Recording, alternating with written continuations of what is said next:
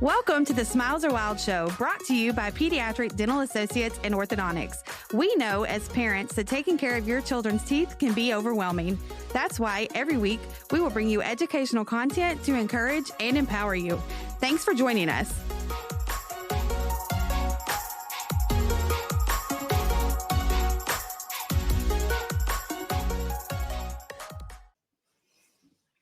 Good morning, everyone. I'm Amy Morgan. I'm the marketing coordinator here for Pediatric Dental Associates and Orthodontics. And this month of November is National Adoption Month. And we are being joined by Miss Alex Fittin. She is actually the host of the Adoptive Mom Podcast and obviously an adoptive mom herself. So we went straight to the source. I believe her and her family have been involved in the adoption world for a very long time, including with her mother. So I thought she was the perfect person to bring on. And fun fact, which I did not share in our pre-interview process, is that today is the 1-year anniversary of when we interviewed Alex last year. So super exciting. So here we are. So everyone say hello to Alex. Alex, say hello to everyone. Hi, guys. I'm so excited to be here. We are super excited to have you. I think one of the things that we really want to try to touch on today is not every family is necessarily prepared for adoption. Maybe there's those people that sit in that space that are thinking about it. Maybe they're on the fence about being foster parents and getting started. So what we really wanted to highlight today are some ways that you can be a support system for those families, how you can get more information if your family is at all interested, volunteer opportunities, and definitely some local organizations that you can get involved with here that can help around the adoption process. I think even personally for me, I don't think our family is ready for an adoption or a foster family situation, but I want to be the biggest support system I can for the people that I love who are going through that. So I think that's something I would really like to touch on with it today. So Alex, why don't you just get started and kind of tell us a little bit about yourself, and let's get into the business. Sure. Okay. So yeah, I've always wanted to adopt. My mother jokes that even in high school, I was talking about adoption and how I wanted to do that someday. Thankfully, when I met my husband, he was on board with that. So we got started with the adoption process pretty quickly. We trained to be foster parents, but we knew that our goal was going to be adoption, which means that we only took kids who were already had terminated rights. So we were not in an ethical breach of hoping for adoption and not supporting reunification, if that makes sense. So we did that when I was pregnant with my oldest bio son, which is very crazy. We realized that. And so we had our bio son in December, and then we got the placement for our teenage adopted son in August. And then the next week I found out I was pregnant again. And then 2 months later, we got the call that our teen son's baby brother was born, abandoned at the hospital, and would we please adopt him too? And they didn't know I was pregnant yet. We had to disclose that. But then, so now we have basically twins. And we went through a long period of time where we just had we had a changing table in our kitchen. That was a thing that happened in our lives.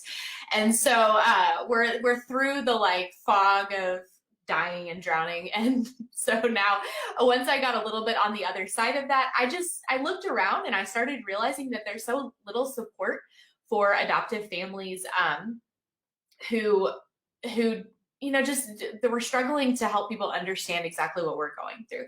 And I think that a lot of people look at us and they put us on a pedestal. I always say that we're put on a pedestal that we didn't ask to be on, which sounds really ungrateful. And I don't mean it that way. I just mean that sometimes that can make us feel even more isolated. They always say it's really lonely at the top. And that sounds like, it sounds like a really weird phrase to use, but when you put us on that pedestal, it just separates us from everyone else, which makes it really hard to keep going. And so we went through that struggle, and I just decided, no one's really talking about this stuff. No one is really talking about how hard this is, kind of like the ugly side, because nobody wants to discourage people from adoption. And I certainly don't want to do that either. But I realized that adoptive moms were the ones who were falling through the cracks. They were the ones who were not being seen, who their experience was not being validated. And so I decided that I was going to be that person. And so I started the Adoptive Mom Podcast in 2017. It's led to a ton of other opportunities to share about adoption, to share about the adoptive mom side of adoption and what we go through and how our struggle matters and how when we are supported and when we feel built up, we can keep going. We can actually adopt more kids, and we can encourage others to adopt more if the community is bigger and people feel like they're not going to be left out in the cold doing this really hard thing all by themselves. So that's kind of where we're at today. I am in my 7th season of the podcast, currently going through a series on the Enneagram, which I realize is not everyone's thing, but I am obsessed, and I really like talking about how understanding other people's personalities and their motivations can help us understand them and support them better. So that's where we're at. I totally agree on the Enneagram. It is my jam, and I laugh all the time. There was literally a post up over, I think yesterday, about I'm a 2-wing 3 and my husband's a 9-wing 8. And there was this, when they're spot on to stuff that applies to your marriage specifically, I just crack up, or your kids for sure. But yeah. I am super excited about this season. I think that's a very interesting road to go down, and try to get, to where you can to build those relationships. I think it's important. I'd also just think it's very random that there's literally 9 personalities in the world, and whatever, that's, yeah, the fact that it's so spot on is weird. Okay, so it's crazy. Yes, right. So I digress. So, one of the main things that we want to highlight today is just let's talk to our audience about how maybe let's start with, we're thinking about becoming foster parents. Maybe we're not ready for adoption at the moment, but we're thinking about becoming foster parents, starting to prepare our home for that, starting to prepare our family, and where should they start? What are some organizations that they should become involved with for that? Sure. So if you're here in Arkansas, there's an organization called The Call, and The Call, I really appreciate. So I think of adoption like a triad, right? So there's the birth mother, birth parents, and then there's the adoptive parents, and then the child. And all 3 parts of that triad are very important. Obviously, we would love to think that the adopted child is the most important. And I think that in the end they are, but if those other 2 parts are not supported, then nothing, the adopted child gets dropped. So that's part of I focus on one end of that triad. So there's organizations in Arkansas that I'm very close to that focus on the other parts of the triad. One of those is The Call. They really focus on the child, and they support the families for sure. But they're there to catch those children who are falling through the cracks and make it actually easier for families to become foster parents. The great thing is that if you're not in Arkansas, there are a lot of other states that are creating organizations modeled after The Call, because The Call does such a good job. I'll plug Ann Mythaler. She's fantastic. She's the director of The Call up here in Northwest Arkansas. And then the central offices are in Little Rock. So what they do is they actually take the DHS training that all foster parents have to go through. And they don't, when I say condense, I do not mean that they water it down. It's the same training, but they condense it into 2 weekends instead of it being an 8-week process. And so they make it a little bit easier. They help with childcare. They feed you, they just make it an easy and kind of fun process to go meet other families, start that connection, and then you all kind of graduate together. So that's the training that we went through back in 2014. And we are still in contact with the people who trained us and with the people who were in our graduating class. And so it's a great community. There's also a community group on Facebook that is heavily utilized. It's great. Just people asking questions. We share things with each other, like things that most people would sell, like furniture. People on The Call Facebook page just give to each other. We got, bunk beds and dressers and all kinds of stuff that we want to share with each other, because we realize that the need is so high, and we want to be there to support other foster parents. So that is an organization that really supports the adopted child by making it easier on the families doing that adoption. There's also an organization called Project Zero. And so I think of The Call trains you for foster care. And then once those children have termination of parental rights, which is called TPR in adoption world speak, Project Zero is an organization, and Christy Irwin is the executive director of that. She's been on my podcast. She's fantastic. She actually remembers me. She taught Sunday school when we used to live in Little Rock. And so she always talks about how she knew me when I was little. I don't remember her. I'm sorry, Christy, but it's really fun to have that connection and then learn about my lifelong obsession with adoption. But they take care of the kids after they are TPR'd. And so they have a waiting kids heart gallery where they put their pictures and a little bio, and they really bring awareness to those kids and help to get them adopted. And then I would also love to highlight Shared Beginnings. Shared Beginnings is an organization that really focuses on the birth mother part of that triad, which I would say, even though it is not self-serving to say this, birth mothers are the most dropped part of the triad, the most ignored. And that's a big, hot button issue right now, is talking about pro-life. And what does that mean? To be truly pro-life means to support the birth mother and means to support that child after it is born and all that stuff. And so at the Adoptive Mom Podcast, we really like to focus on that. Certainly at Shared Beginnings, they like to focus on that too. And so they provide legal support for birth mothers, which it's crazy, but until recently, there was nothing in Arkansas saying that a birth mother had to have their own legal representation. So an attorney could represent both the adoptive parents, who are the ones paying, and the birth mother. So obviously, they are going to be more in favor of the person paying them than the woman who's providing the child, and which is really sad. And a lot of people took advantage of that. A lot of birth mothers were heavily abused because of this in the system. And so Shared Beginnings really stepped in and advocated for that law to be changed. And now they are the ones providing that legal support and making sure that these birth mothers are supported before, during, and after their birth. That's awesome. I think there's a lot. That's great. I mean, I think I did do a little bit of research before we talked and checked out the call website. So we will make sure that we get all the links to those organizations in the comments. But on the call, I found it very interesting that even if you are local to us and you're in Northwest Arkansas, that there are apparently 513 kids that need foster families, and there's only 180 families available. Yes. So there is a huge need. And you may not see it on a daily basis in our area, like it may not come to mind in our area, but it is there. We highlight a lot of other things for children in need. And I think in Northwest Arkansas, we're very blessed to have a lot of the features and the things that we have in Northwest Arkansas. But I also feel like there's a lot of things that get hidden and just aren't as forward in mind for people. So I think that's really important to call that out, which is another reason why we wanted to do this project today and really highlight this month, is because obviously as a pediatric dentist, we care about kids. We care about kids in our community. We care about the kids specifically right here in Northwest Arkansas. And so we'll post those links. And I did just want to point out on the call, there were tons of ways to volunteer. So again, even if you are not if your family is, a large family and maybe you're not ready for fostering, or you're not prepared for that, or you're not ready to do the adoption, or you're worried about, the process of all those things, there are still ways to volunteer. There are still ways to be a support system for these families, and to encourage other foster families and other adoptive families in small and big ways. And so we will definitely make sure that we post that.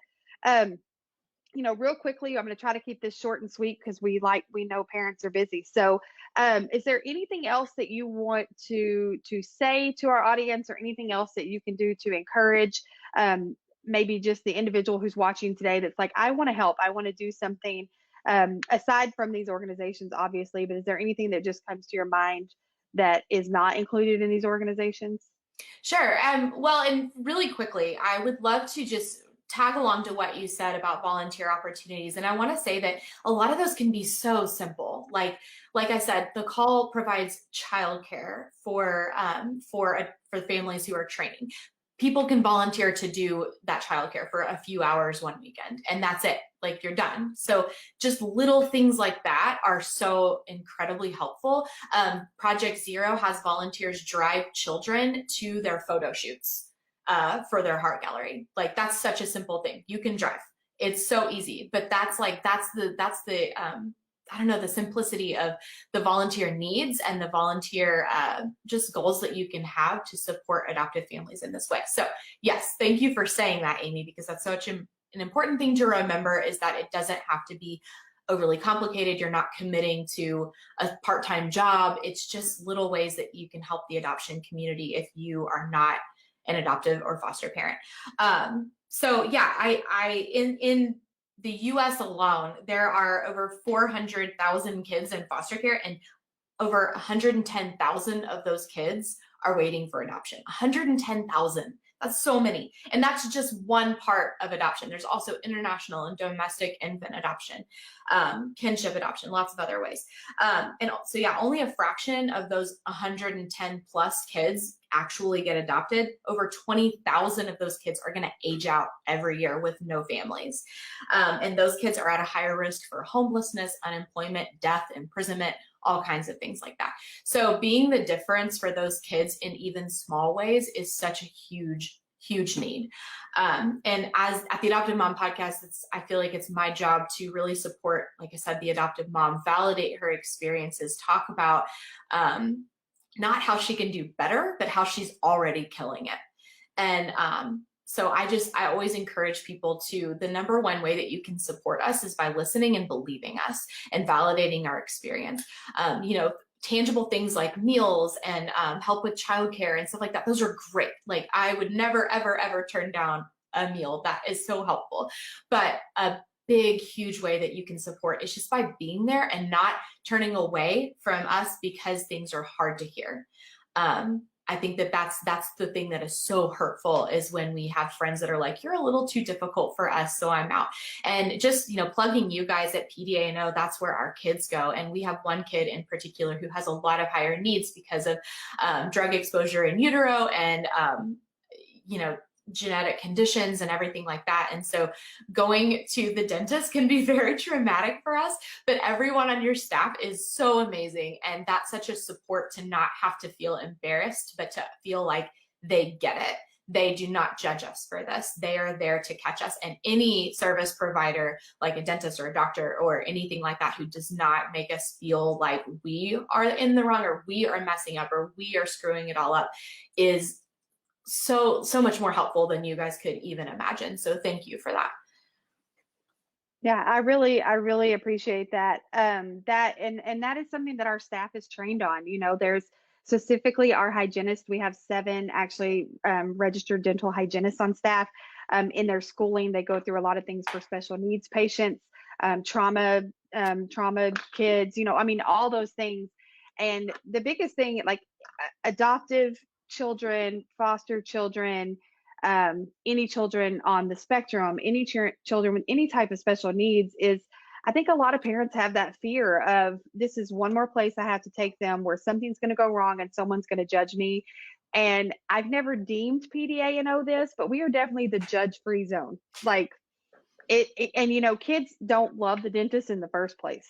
So we already know and have our hearts open and our minds open to the fact that kids just are not going to love this experience. So, and I think that's a benefit to it, is that we don't have to come to it with some special conditions. We can just have, like I said, have our hearts and minds open to that. The experience is the experience for any child, regardless of what their history is or what conditions they're dealing with and things like that. I hope that we make parents feel more comfortable with that. I'm still trying to coax. We have a mutual friend, Lauren, who is scared to death to bring her child to the dentist, and I'm still trying to coax her into that.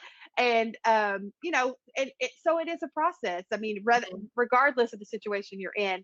But when I hear stories like this, where we're not, you're not even seeing that, you're not even being like viewed as something that's different. You're just going through the experience.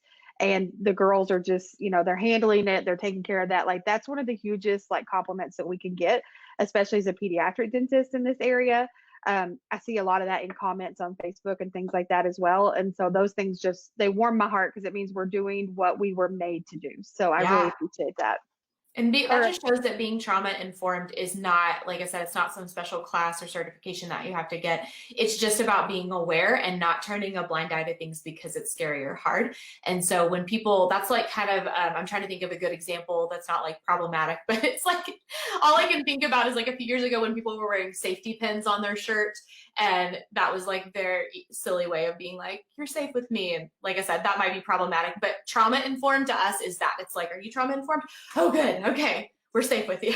And that just means that you are aware of the difficulties and the issues that we face, and that you are cool with it and that you understand.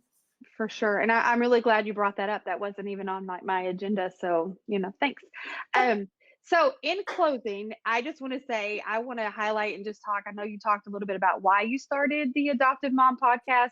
But I just want to say that I am not a foster parent. I do not have any path towards that goal at the moment. I'm not going to take it off of the books, but it's not in my plans at the moment, not adoption, anything. But I have several, friends in my church life group. I have you guys. I have another friend who we have mutual friends who are starting the process. And I think even if that's another way to be supportive, is to educate yourself, find out what these families are going through. We talked about it in the pre-interview. There's a certain episode, and I'm going to try to find the link for that and post it. But it was so informative for me. And I remember, I think I either FaceTime or I texted you and Brian, and I was in tears, this is so inspiring to just know that my prayers and my thoughts and the things I could do to be supportive that don't take a lot of time. But the stories can be heart-wrenching and it can be hard, but being able to be supportive and get those tools, that we can use at being on the ones who are not as a support system, regardless of actually being an adoptive parent or a foster parent. So I just want you to highlight that and just tell real quickly where everybody can find your podcast. Absolutely. So you can listen to my podcast. It's the Adoptive Mom Podcast. Anywhere you like to listen, we're everywhere, infesting your phone. You can also go to theadoptivemompodcast.com. You can find me on socials at The Adoptive Mom, trying to make it really easy for you guys. And yeah, we post new episodes every Monday while we're in season.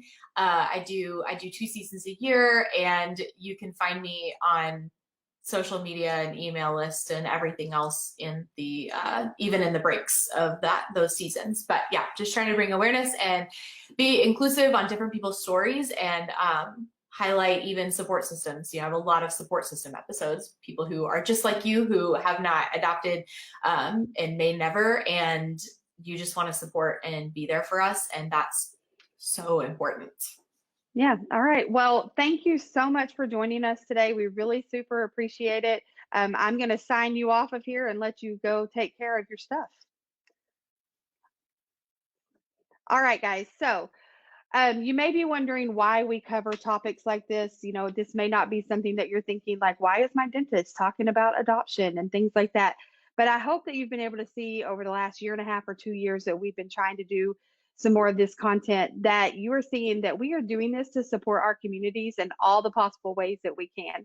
So we hope you'll check out Alex's podcast. We hope that once we get the links up for the different types of organizations she talked about, which is The Call, Project Zero, and Special Beginnings, we'll get those links put up. We hope that you'll reach out, contact them. If you have any questions, that you can always email me directly. It's amy@smilesarewild.com.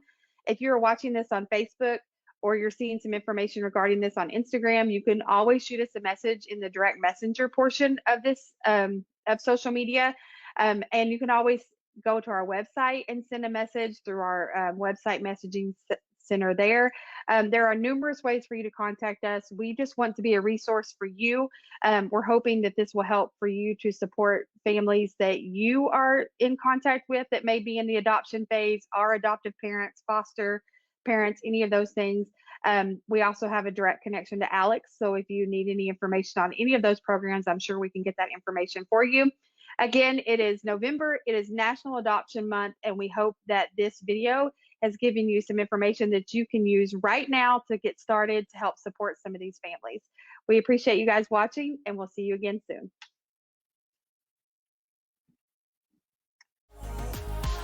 Thank you so much for watching. Make sure to subscribe and go visit us on smilesarewild.com.